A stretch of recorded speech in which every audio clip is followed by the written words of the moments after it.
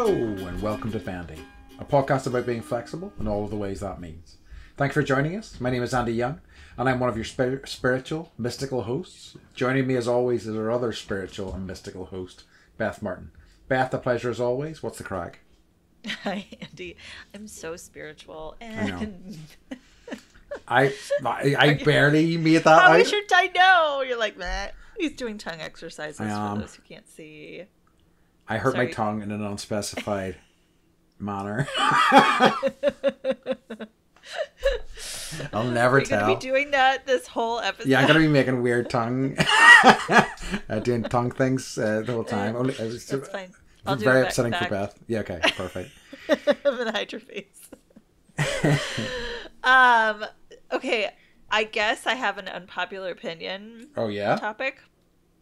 I watched Challengers, finally. Uh-huh. Uh-oh. Oh, yeah. So first I watched Call Me By Your Name. How's that?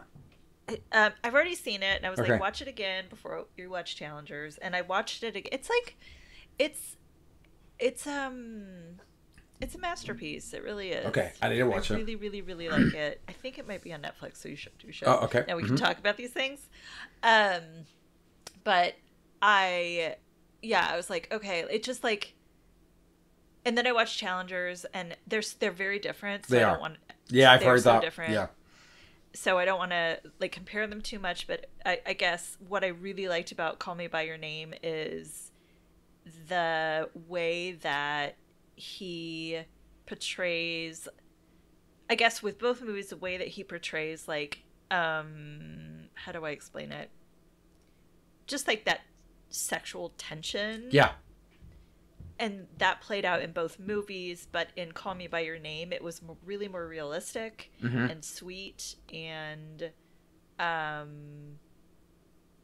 Challengers, it was like it was almost like robotic. It's kind of like jammed in your face. Like the whole movie kind of is. The soundtrack's kind of like that, you know? Yeah.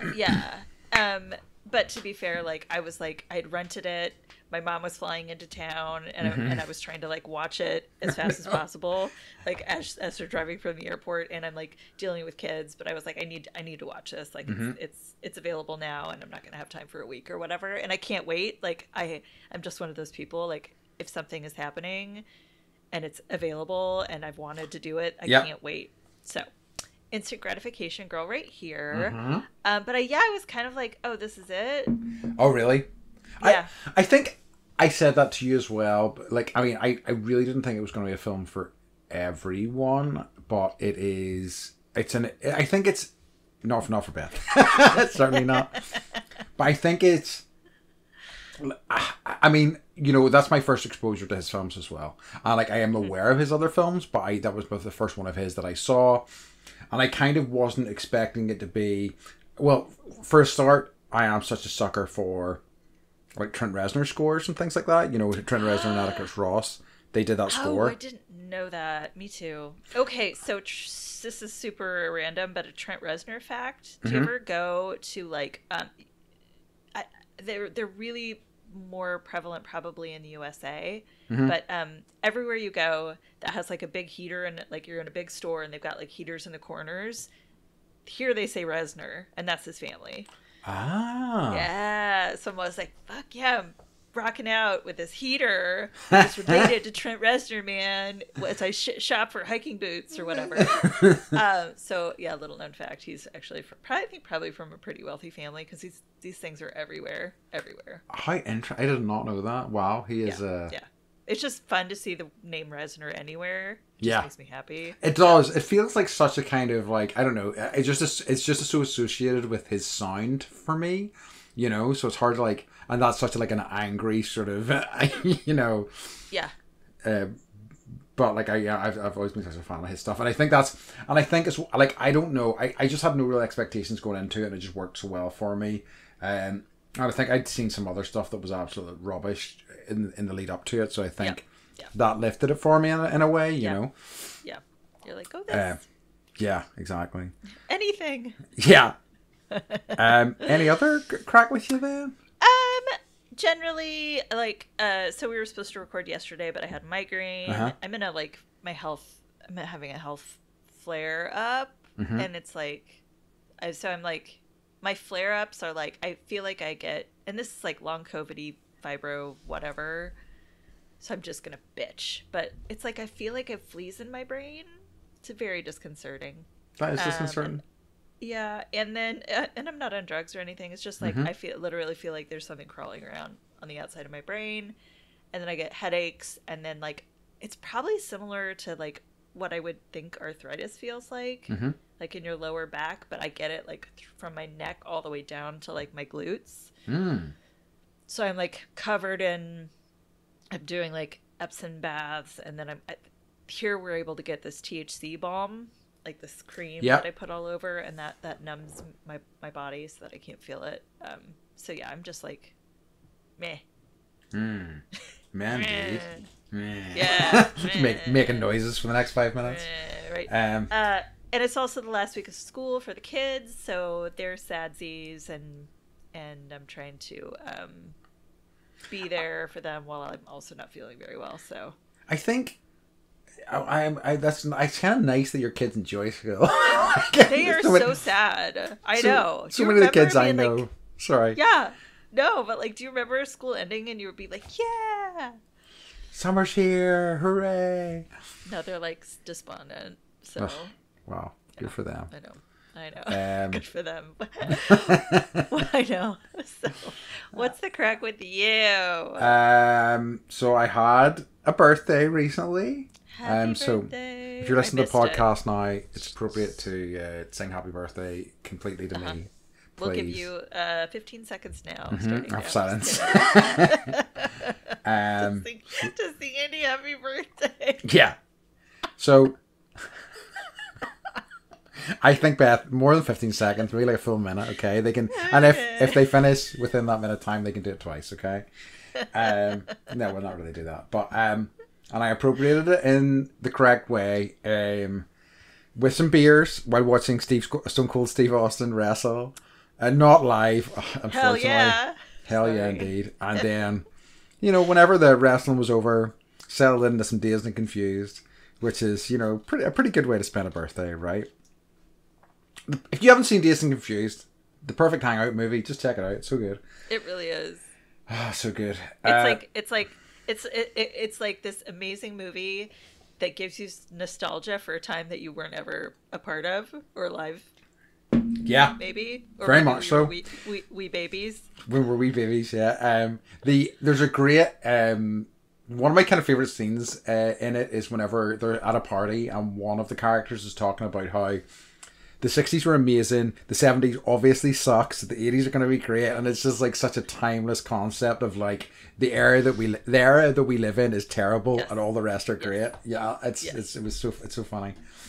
And it's funny, like 90s nostalgia is a thing now.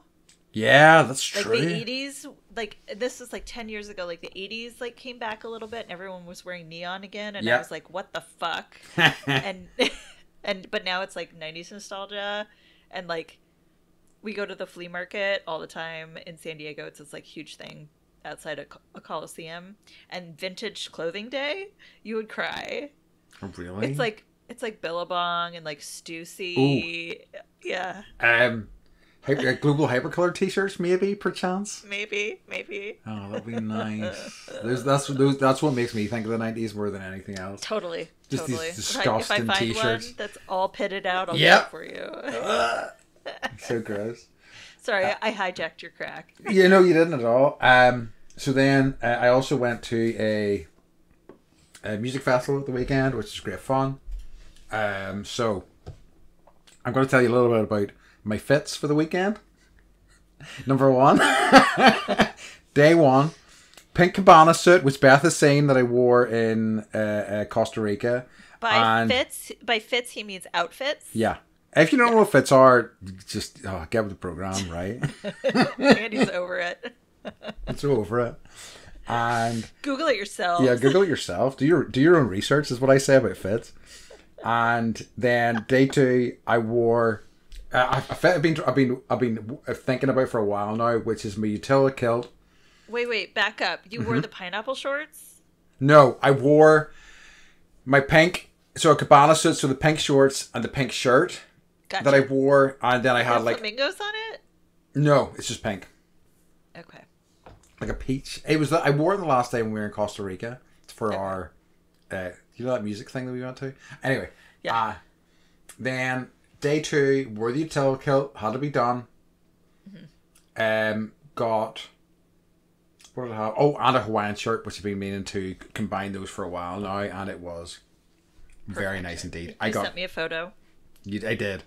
I have been lots of compliments. I had my hair done up in space buns, I believe you call them. I call them barriers, but yes, space buns. Yeah, and lots of compliments, mostly from men, but I'll take it, right? I had my hair down at one point as my friend was like doing my hair in the space buns, and he was like, he just walked past and he goes, gorgeous. And I'm like, thanks very much. I'll take it. I love it. I love it. So, what's the crack with me? So I have an occurrence. Yeah. Do you want to talk about the walk that you're doing again? Because I do actually. People are interested in hearing more about it, and they also are wondering if I've had a couple people be like, "Is he wearing his utility kilt?"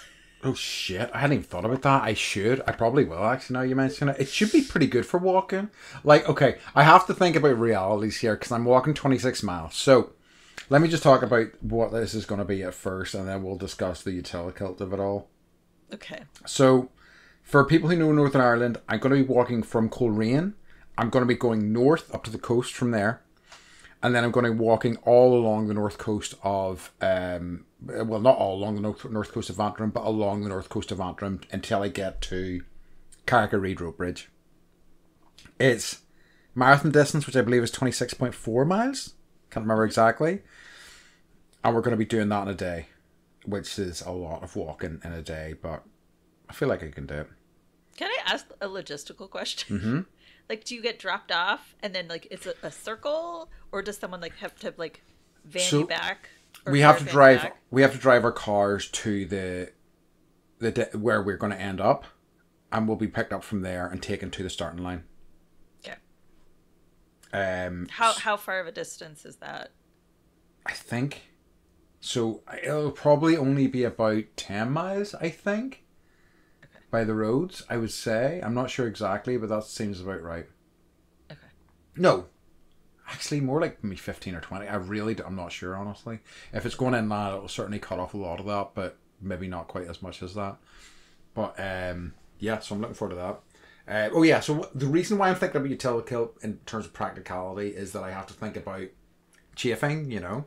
So right, that was my question. I was like, what's a chafing factor? Yeah. So, like, I mean, I don't know if it's the best idea from that point of view, but I will definitely give it some consideration. But I'm looking forward to it. Well, it is for a cancer charity, should also say, Macmillan, which I think is because my mom struggled with struggle with cancer last year. She's all clear now, thankfully, and yeah, I just think it's always a worthwhile thing to support. Agreed. And I have shared it on socials. I know you've shared it on socials, but please donate to this wonderful, wonderful charity. Yeah, I will be sharing Cancer it more. Is something, that's touched everybody. Yeah. At this point, and so the more that we can put towards research, the better off we will all be able to be. So very much so. Yeah, thank you. So yeah, what's the current stuff do you have? That was it. Okay. There were some people that were trying to suss out who it was that came to Ireland and were asking funny questions about if they should bring toilet paper. Oh, okay. But I'm not gonna throw those names out. So I mean, like, it is nobody. I don't even know if I would remember their names. Honestly, I never met them. It was a friend of a friend, so it's not in recent It's not in recent times. It was so the name doesn't start with a C. No. Okay. Then I can respond to this person and say no. Keep guessing. Okay, we need to take that. I need to hear who this was guessing and what they guessed offline. Okay, sounds good. Okay, love it. So yeah, no. Okay. It was funny though. the people who were just like, is he wearing the kilt? Is he wearing the Utila kilt? I'm like, I don't know. So now I have the answer, and I will respond. Anything else occurring with you? I don't think so. That's all that's really of important. I mean, I mentioned to Beth, the choir that I've been part of, we had our show last week. That's kind of important, I guess. I mean, it's not so related to the pod, but it went well. The show went well. You know, it's always nice to kind of see these things come together. And quite well, I thought. I was really, I really think that they were fantastic at Christmas, but they have really leveled up. You know, it's incredible what they are kind of doing now in terms of the complexity of the pieces and stuff they're doing and how well they're pulling them off. So it was really kind of heartening to see it all come together. It's really, so I got to sit in on a rehearsal, and I thought that they were amazing. So it's Castle Voices on Instagram. Yeah. In Carrickfergus. So Follow them. give them some love, because Please. It's just what you've done. You're like, please, what you've done really is, you know, just watching all these people be able to come together once a week. It's like one of the sweetest things. I was sitting there, I can't remember which song I was listening to, and I was like, I'm crying right now. Yeah. My eyes are leaking. Why? But it's just so, it's so sweet. It is. So sweet. We at not halftime, at the intermission, there was, we sang Caledonia. I don't know if you heard Caledonia whenever you were there. I think I did. I think you did. And Yeah. 3 people independently told me that Caledonia had moved them to tears, and you're kind of like, yes, we did it. So Right. yeah, it was nice. It was nice. Emote. Yeah, Emoted. we have the power. You know what we didn't do is create a title for I know. our episode. I had. Mediums and mysticism. Yeah, let's do that. Okay. So, welcome to our topic of mediums and mysticism. Oh yeah, which is, you know, it's something we have had on our potential topic list for a while now because, well, I mean, I think it's something that we're both kind of, you know, it's an interesting topic. How our countries kind of handle it in different ways, I think, is interesting. And also, you know, for better or for worse, it always gets tied to that kind of, you know, idea of spirituality, which is sort of connected to yoga in such a big way. Yes. I will also I want to add a little caveat that whatever I talk about today, I really have no idea what I'm talking about. I'm just giving... I sent Andy... There's this guy... Sorry, I'm just like... I haven't seen you in 2 weeks, so I'm just blabbing. But I sent Andy this little video short. It's this guy named Cole Esposa, I believe. And it doesn't matter. He's doing this play called Oh Mary off Broadway. And he goes on to Seth Meyers' show, and he's like, so tell me about why you decided to do this off-Broadway play called Oh Mary about Mary Todd Lincoln. And like, did you do any research? And he's like, oh, I did less than no research, and I actively tried to forget things. And I was like, that's us. That's us. And that's the way to be. Like, and I mean, I think, you know, that caveat applies to all the topics we're talking about. But to be honest, the vast majority of people that talk about anything, that caveat should be applied to it, you know, because like, true. Yeah, whatever. But I think, you know, regardless, it's a worthwhile topic of discussion. And I think, you know, certainly the differences in terms of like a lot of the things we talk about, how the UK handle these things compared to the US is something that will be, I think, be an interesting discussion. Yeah. Do you want to start there, I guess? Yeah. Like, I guess my question, do you have the psychic hotline? That's a good, I don't know that we do, but we probably do that. Not, you know, but I wouldn't be super aware of it. We definitely had things like that. So like we have, in terms of my understanding and my sort of, you know, connection to it, is that within Ireland and within Northern Ireland, we have a lot of psychics, mediums who like tour the country in kind of smallish venues and make quite a good living from doing that. So like places, you know, in smaller towns that maybe wouldn't attract, you know, larger music acts or whatever sort of entertainment acts, will often have like mediums, who will do the the cold reading thing where they find somebody in the audience and they connect. This is like a Baptist revival. Yeah, and it's always kind of surprising That's to me. Interesting. Yeah, so that's still. I mean, like, I can't say I've seen posters for them recently, but I used to see them a lot, and they would happen. Have you ever gone to one? No, but I have an interesting story about that sort of thing. So Carrick Castle, for example, had. This is not what I'm going to talk about, but I just want to lead into this. So Carrick Castle have had Halloween nights a couple of times. This is the castle that's like right by your grocery store, and you can see it from your yoga studio. And yeah, it's like one of the most beautiful castles in the world. Yeah, that's the one. Just yeah. Just that castle. They had a Halloween night, and it was great fun. It was like there was a lady pretending to be a witch in one of the rooms, and she like pretended to cast a curse on us, and we had people in masks jumping out, and they were having a good time. They're having fun with it. We have a jail in Belfast called Crumlin Road Jail that also does Halloween nights. And having gone to the one in the castle, I was like, let's give this a go at one point. We went to it, and it was very much ghost stories. It was, let's try to connect with spirits here. At one point, they brought out a teddy bear that they claimed could detect psychic energy. And it had these LED lights in its eyes. And whenever the lights flicked more rapidly, then that was a clear sign that there was something trying to connect with us.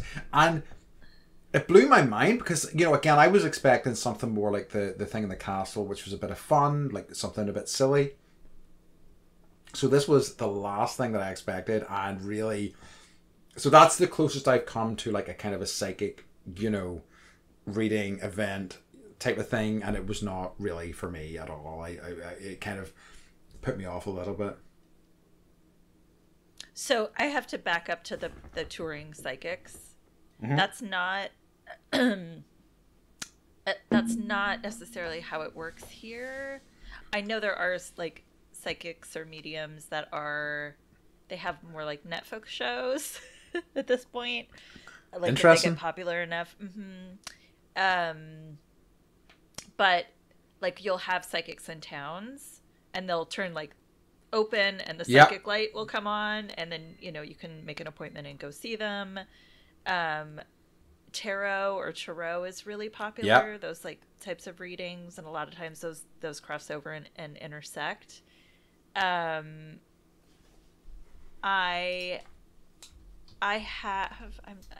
guess I have seen.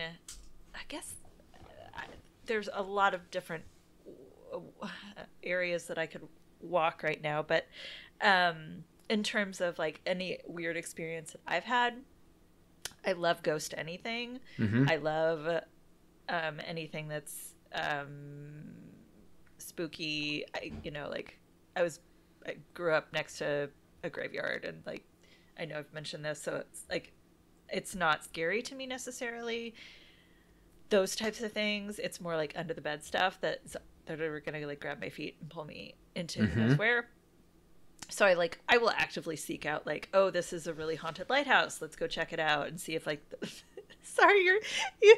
For those that can see, Andy's doing his tongue exercise. I have to shut my eyes. Sorry. It's so funny. You turn away as I'm doing that. I know. So, but have I talked about the Winchester House on Pod? I don't think so.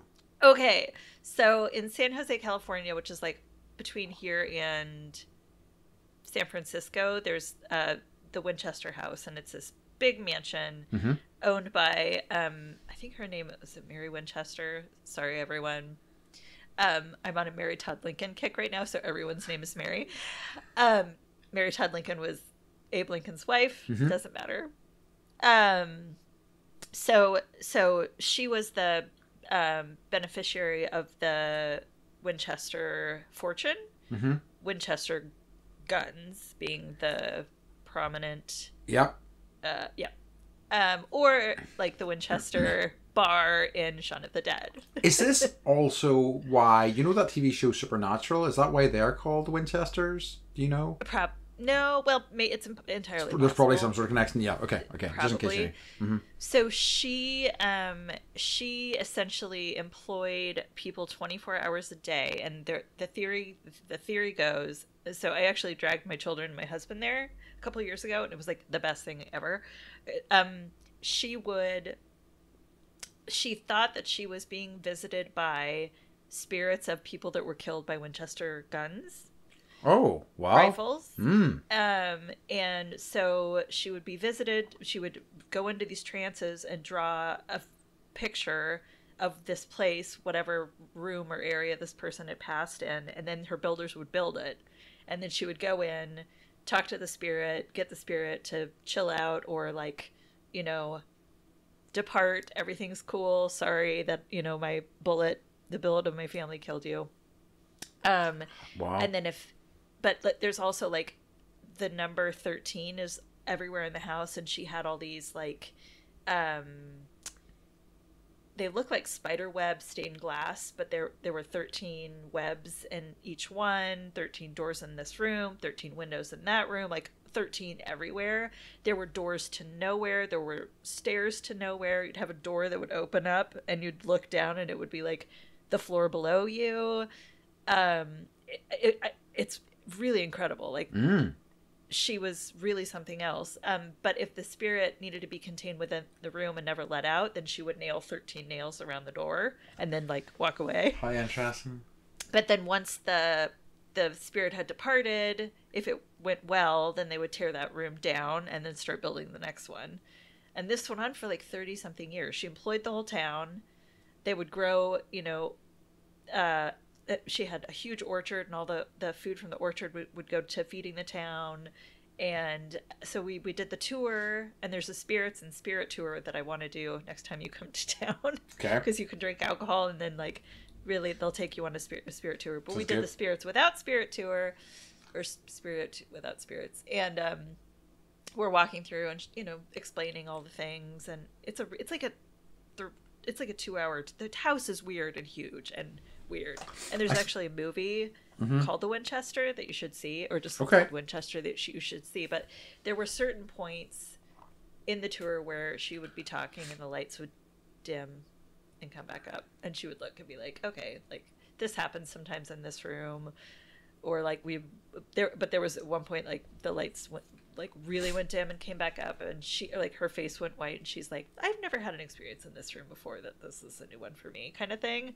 And like I get it, maybe someone is turning the gas down or whatever, but I also I eat that shit for breakfast. Like, I think we talked about it before because we did an episode of myths and things like that. And okay, maybe I did. Sorry. Well, no. I'm not talking about that. I'm talking about just generally our attitudes towards it, which is, I think, is very much is, we're both X-Files kids. Yes. We want to believe, that there is something out there. So but the problem is that it's such a it attracts like con men and like fraudsters, unfortunately, because. Yeah.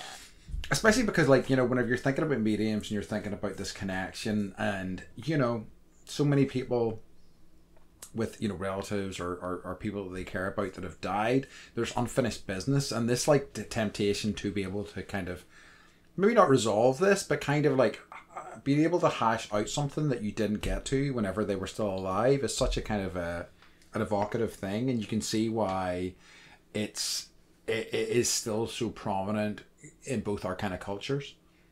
Yeah, I've done that before. Not the normal psychic way, but I've done like shamanic energy healing. Okay.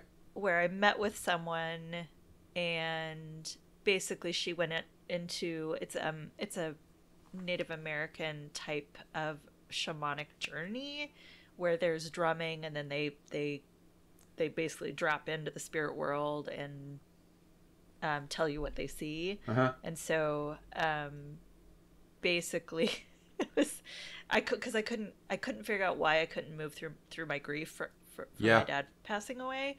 And So she told me some things that made some sense and some things that didn't make some sense. Um, but I also think that um, timing matters. And a lot of times, maybe the Yeah. message that you're getting, you really don't need to know for like 10 years. Yeah. So I have done that.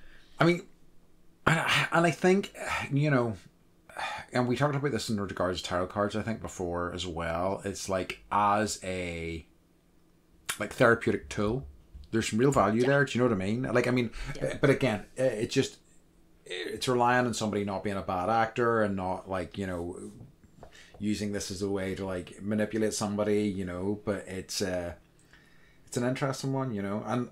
And but like, I think, you know, certainly from my point of view, seeing posters for local psychics and seeing posters for, you know, all this sort of thing just makes me so skeptical against it, you know, and the very idea of it. And it makes, you know, it tough to believe in it as an idea just because of that, I think, more than anything.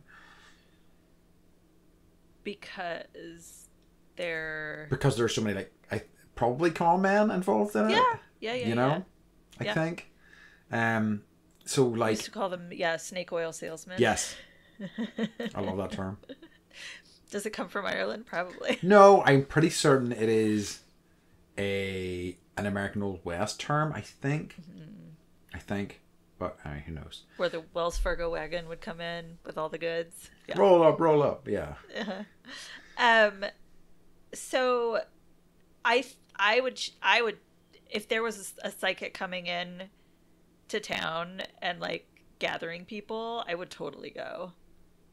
Yeah. You should go next time. Will you do that for me? Yeah. Will I do that? Yeah, I might. I will sponsor your experience. Okay. I might.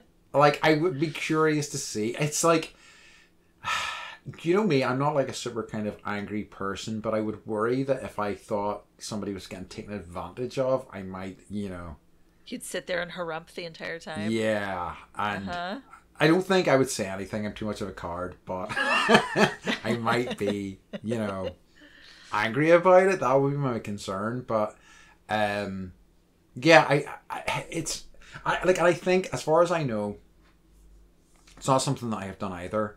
There are, you know, people who do this sort of thing, who are mediums, who go to parties and stuff like that as well, and you can pay them to come to a party, and they'll do like readings and stuff like that there.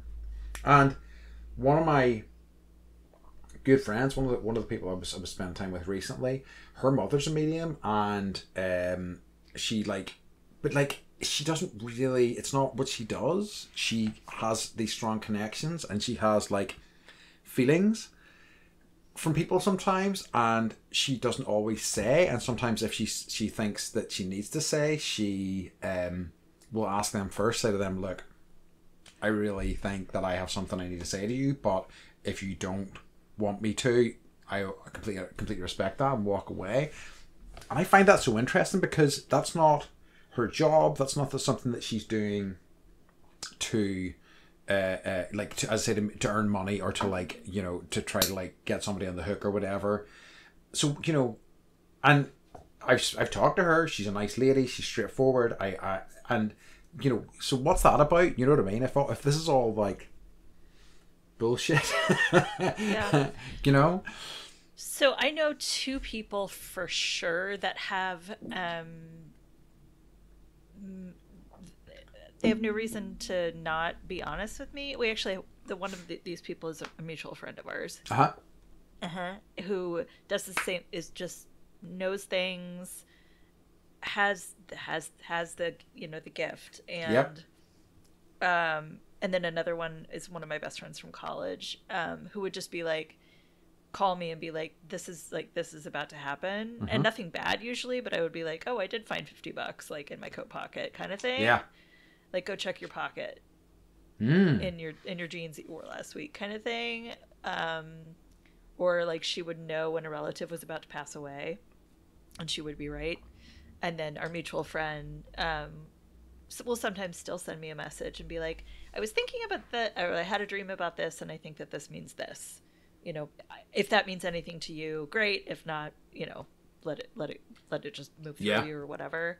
And that, it's like, what is turned on in them that they're able to do that, or what is it about their brain that they're able to channel or pull in or Yeah. see or feel. And I know it's not there are different types of there are different types of ways that people get messages, Mm-hmm. you know, through sound or through touch or through, you know, their mind's eye or through hearing something or seeing. And so it's like it's like there are terms for each one, and I'm not going to go into that, but I just wonder, like, what is it about them that allows them to just be more open?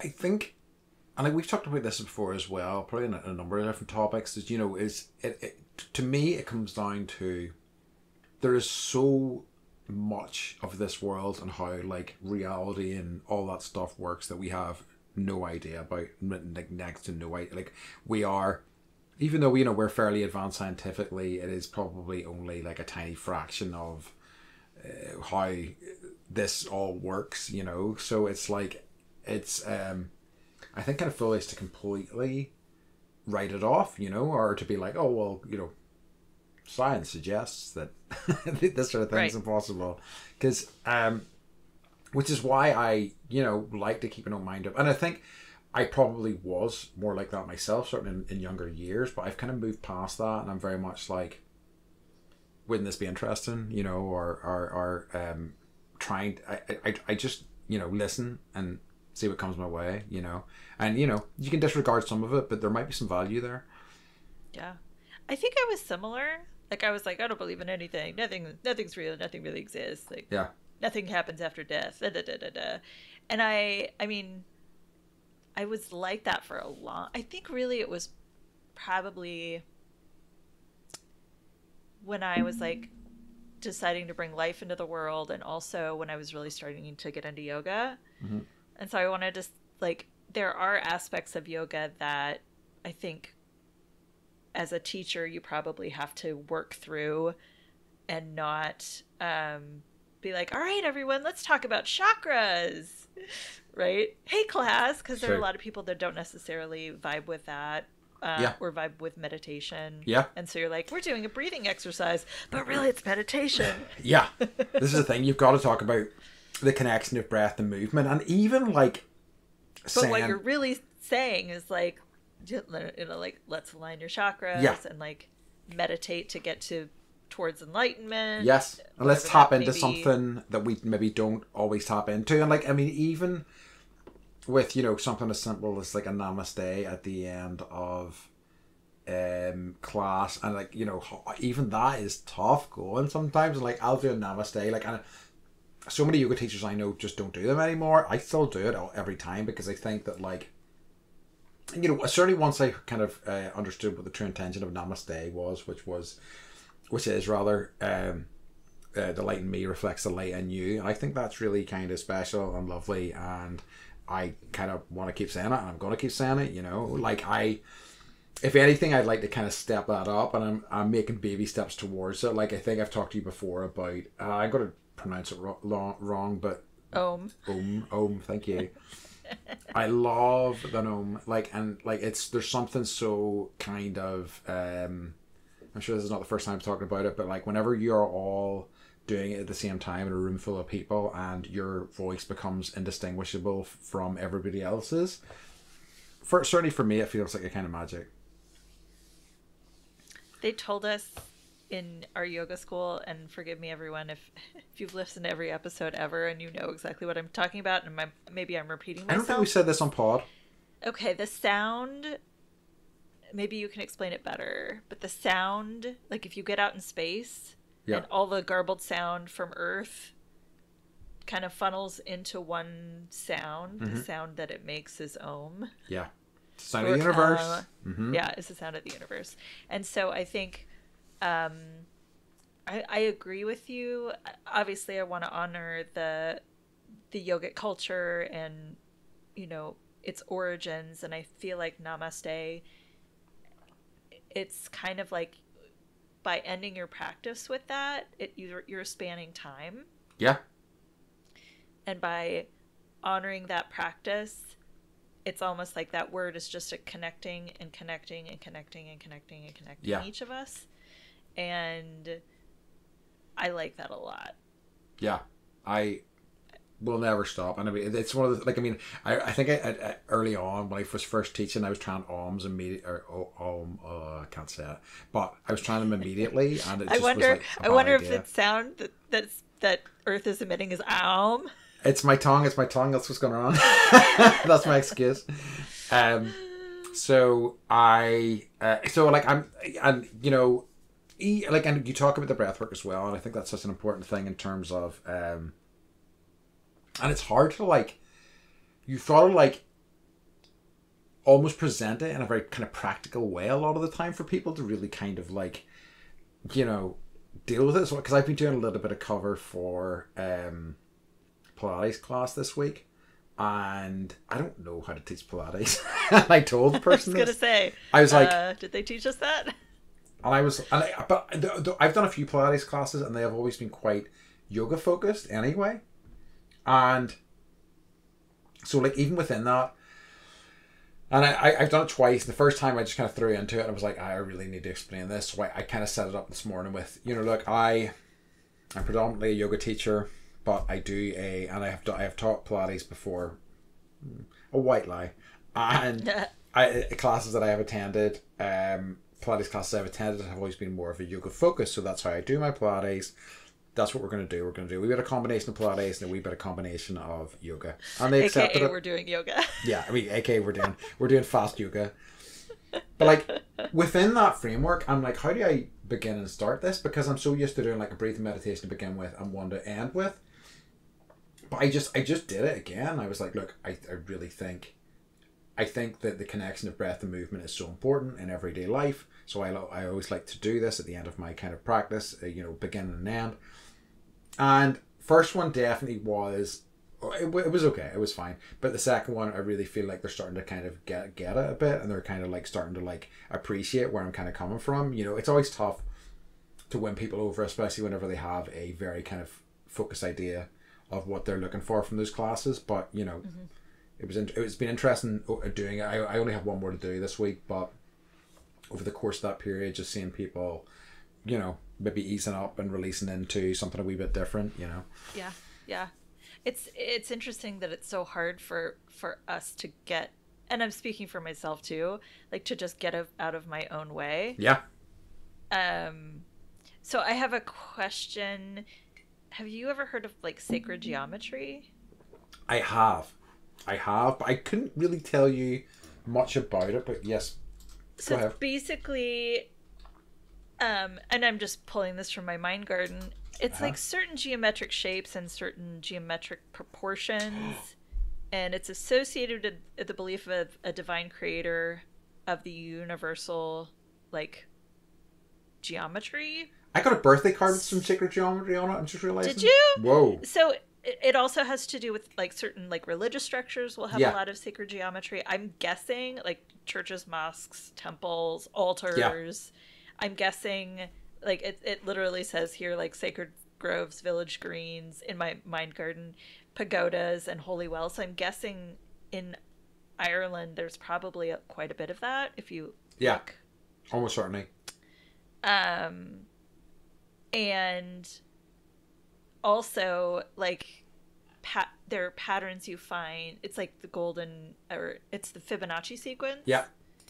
Which is like, it's not the golden mean. I'm messing all of my things up. But basically like the Fibonacci, if you just Google Fibonacci sequence and nature, you will see like a fern opening is the same pattern as a seashell, is the same pattern as a nautilus, is the same pattern, all these repeating patterns in nature. And I'm just using one.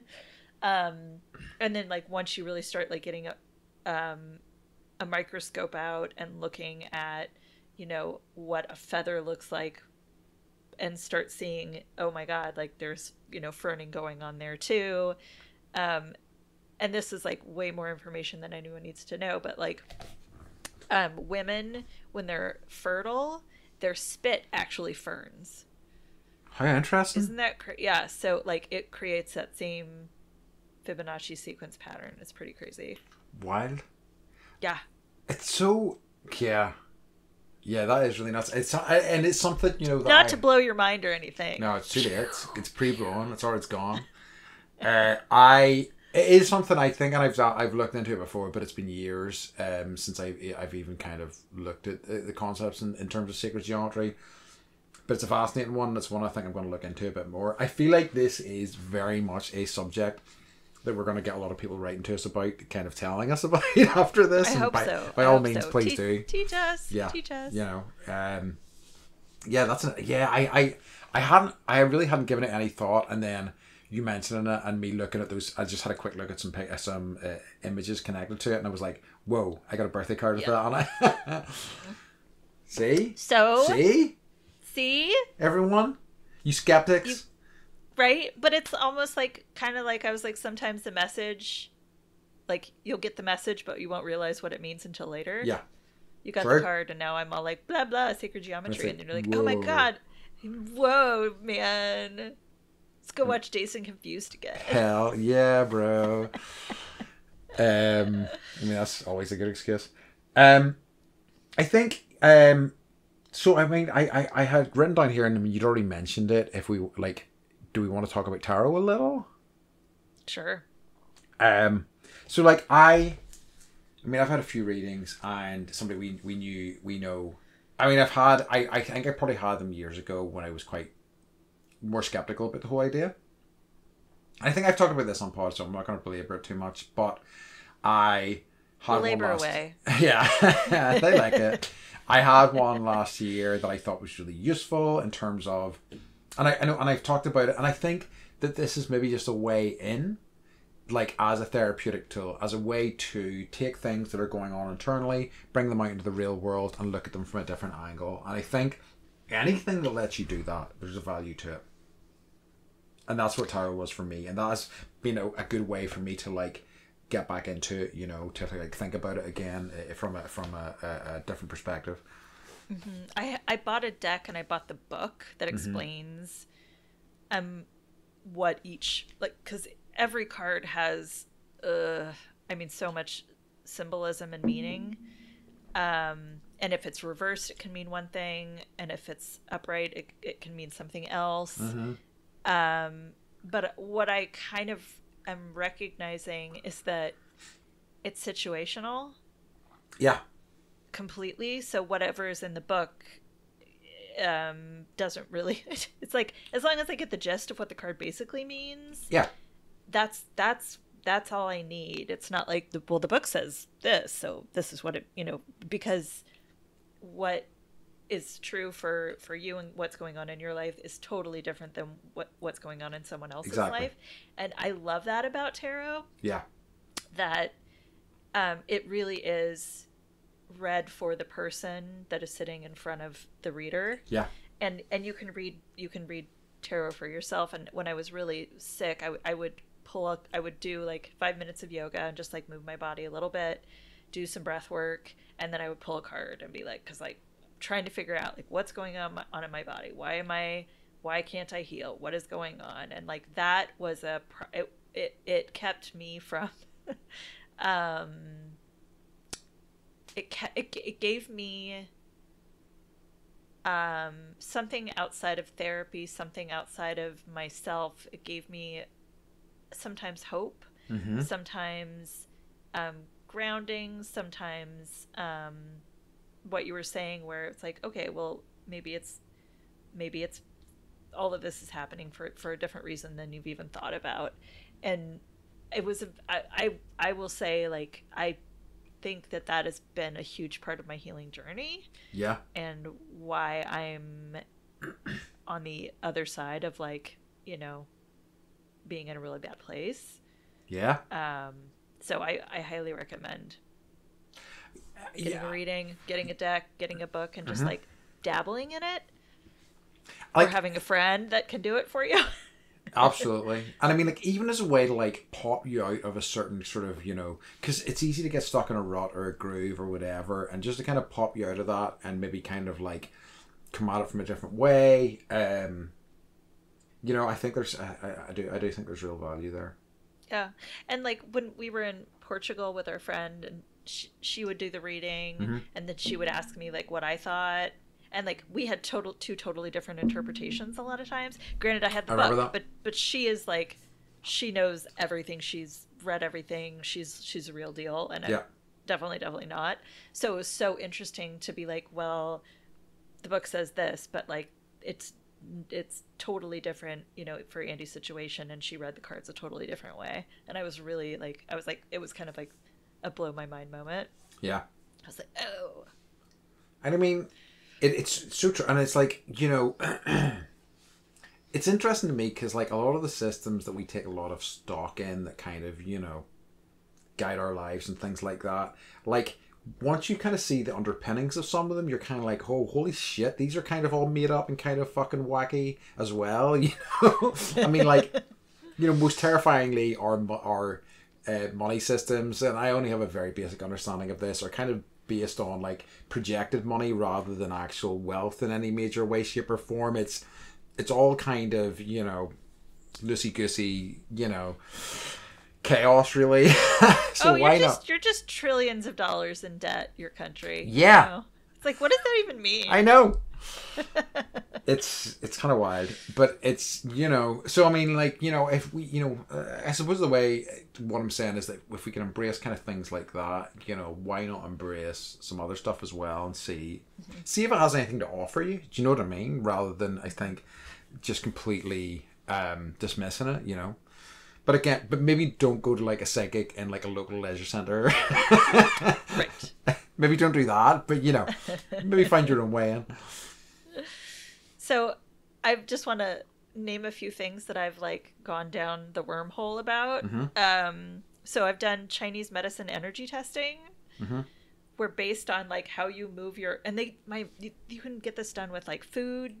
They can like the way your body responds and your muscles respond to movement. They're like, oh, you're allergic to this, or you shouldn't eat sugar. Or so in Chinese energy medicine, you're either earth, air, fire, water, or metal. Oh wow. I think in other types of energy medicine, aether is the other element, which is like sky or atmosphere. It's like the thing in between. Yep. So I had energy testing done, and I tested. I'm metal. I was very disappointed to understand that. It means I'm cold. It means I'm like cold, hard to reach.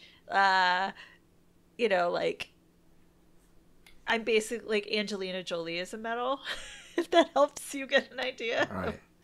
So, pretty but sweet. I think it's, but so I was like, no, I want to be like earth or water, because like they have all these personality traits that I want, but it's like you are who you are. But I think it's like some of it can be situational, and whereas like I was like very type A, like got to get this done. Now I don't really have a job that requires me to do anything or be anywhere, and so I think I'm definitely less of like a hardcore type A, you know, my way kind of person, I would like to think.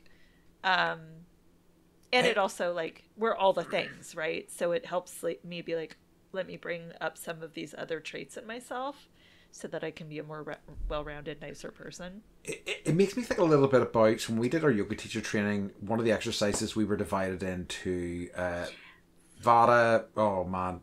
So this is Ayurvedic groups, right? What are they again? I can't. It's terrible. Vata, Kapha.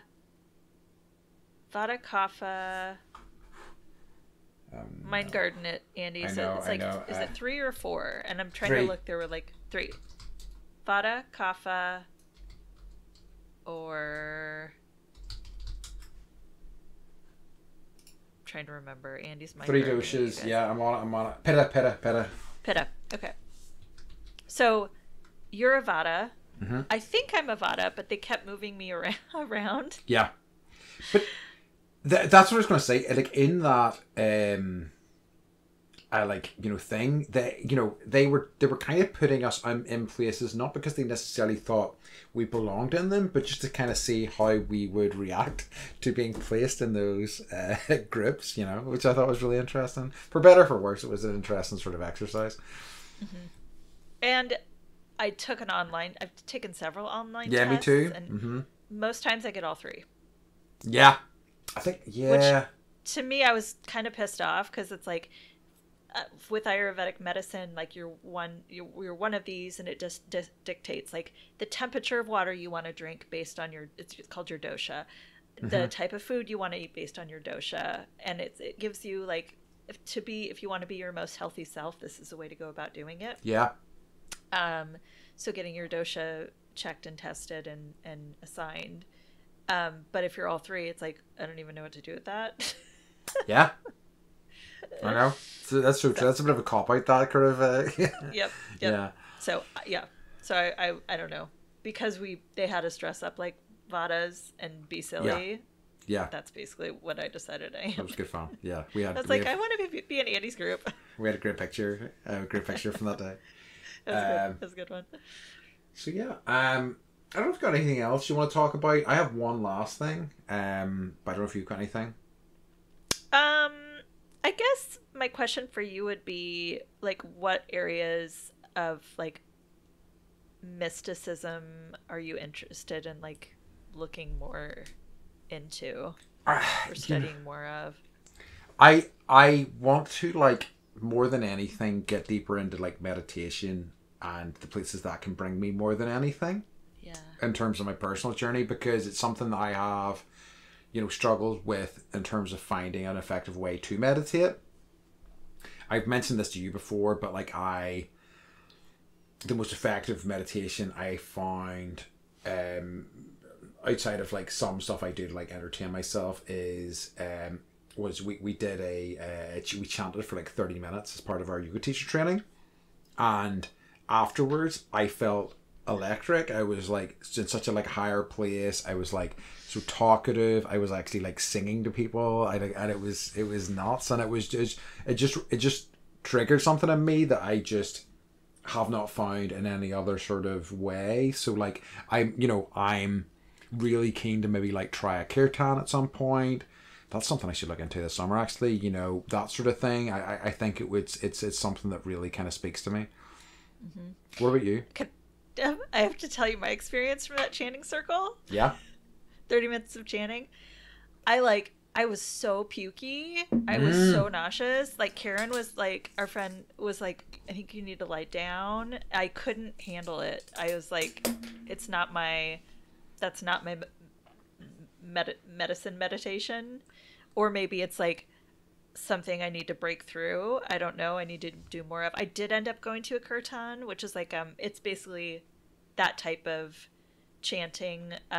Sometimes it's like call and answer. So it was a 2-hour concert by this woman who's amazing. And it was really, I highly recommend going. And a lot of times they're in churches, but you'll have people that will tour through. Yeah. And I'm sure you'll get people that go through Belfast. So yeah, I say so. Well, yeah, probably Ireland at least anyway. Yeah, find them somewhere. But yeah. So the last thing I had, and it was the first thing that I wrote when researching this topic, was medium. I'm more of a large these days. I was gonna make those jokes too. I was like, you were like mediums, and I was like, does he mean like paint versus drawing, or does he mean like psychics? So yeah, that was absolutely worth going back for. I think we can all agree. Full circle. Yeah. Okay. So I think that wrapped up that subject nicely. With a dad joke. Yeah, with a bad joke. I'm really surprised Beth just didn't switch off. I said dad joke, but you said bad. So. No, yeah, a little bit of column A, a little bit of column B. Mm-hmm. So we come to the end, and always our favourite question, Beth. I've got to ask you, and myself. What's been bringing you joy this week? So my mom was in town visiting, and the kids got to pick their thing that. Like their favorite thing to do, favorite restaurant, favorite thing to do. And then I was like, okay, I want to pick my favorite thing to do, my favorite restaurant. So we took her to the Midway aircraft carrier. Hell yeah. Is that in San Diego? Uh-huh. Mm-hmm. And then, so like, I think basically it's like a float, like aircraft carriers, like unless you're on one, you don't quite get a sense of just how fucking big they are. Mm. And so they'll house like 1,400 people. The kitchen, I was like, where's the galley? I want to see the galley. Because they serve 13,000 meals a day. Can you imagine that? Yeah. And there's like captain's quarters, there's first admiral quarters. They each have their own chef and their own kitchen. It's nuts. It's like, it's nuts. It's nuts. It's a floating city. So yeah. When you come next, I'll drag you there. And then we went to my favorite restaurant, which it's got like an open air, like you walk in, it's like typical like hipster, cute San Diego restaurant. And then they were like, do you want to sit inside or outside? And I'm like, we want to sit outside because it's literally under the flight path for the airport. Nice. So you're eating and like you're having Wayne's World moments every like 2 or 3 minutes. Where you stop the conversation, and then we all started a game where you're trying to like guess which airplane is about to fly over. They're like Delta, Southwest, but it's just like, where else in the world does that ever happen? Where you're like eating fine cuisine, drinking fine cocktails, and also like getting your jet fuel, yeah, I love in it. your food, light dusting. That sounds nice. That sounds So nice. I felt actual joy. And it was really nice. That's good. That's lovely. I mean, I think I've talked a bit about the stuff that's been bringing me joy recently. It was nice. As I said, that music festival was great fun. Made some new friends, and it was just, it was just a lovely experience with some lovely folks. But because I don't think I've done one in a while, and I've been able to start watching TV shows again, which is a big kind of revelation for me. So I've been really enjoying The Sympathizer. Ooh, which okay. is the. Is that the one with Robert Downey Jr.? It is. So it's him. Okay. He's playing 4 different roles. It's not really about him, but it's essentially about this kind of double agent who's working throughout the Vietnam War. I've only seen a couple of episodes so far, but it's really fantastic, and I highly recommend it. Okay. What platform? HBO. So I guess. Okay. Yeah. Max for you guys, and I think now for people in the UK. Huh. Yeah, something like that. But yeah, all right, The Sympathizer. Very good. It's very good, and like it's not the Robert Downey Jr. show. It's like, he's great in it, but it's not all about him, which I'm kind of grateful for. So it's definitely worth a look. He's just like, I think he's probably my favorite actor at this point. He has such a unique energy. Like nobody else is like him. Literally, no. And it's pretty rad. Yeah. Well, that's good. Yeah, I'll take a look at it. My tongue is running out of steam. I know it's done. I can tell you're like, will you gargle with salt water? Yeah, I will. It's a good call. Okay. Actually, I haven't done that yet. Like every couple hours, and within a day or two, you'll be better. Okay. Tongues heal very quickly. Yeah, I know that they do. It's frustrating when it's not, because it's like I do so many jobs where I have to talk a lot, so it's been a tough few days, but whatever. I know, poor Andy. Here's the tiniest tissue. And the world's tiniest violin. All right. Okay. Just a reminder to folks, our website has some new photos on it. And it's bendypodcast.com. That's where you can access us on all different platforms. Check out our merch and see what we're up to, because we're always doing stuff. And do check out Andy did send me the walk information. I'll put that up today. Awesome. That'll go up on the main page, and if you would like to donate, please do. Please, that'd be awesome. Thanks so much. Yeah. Yes. So as always, then we'd like to remind you to try this with your tongue. Haha. Oh no. I know.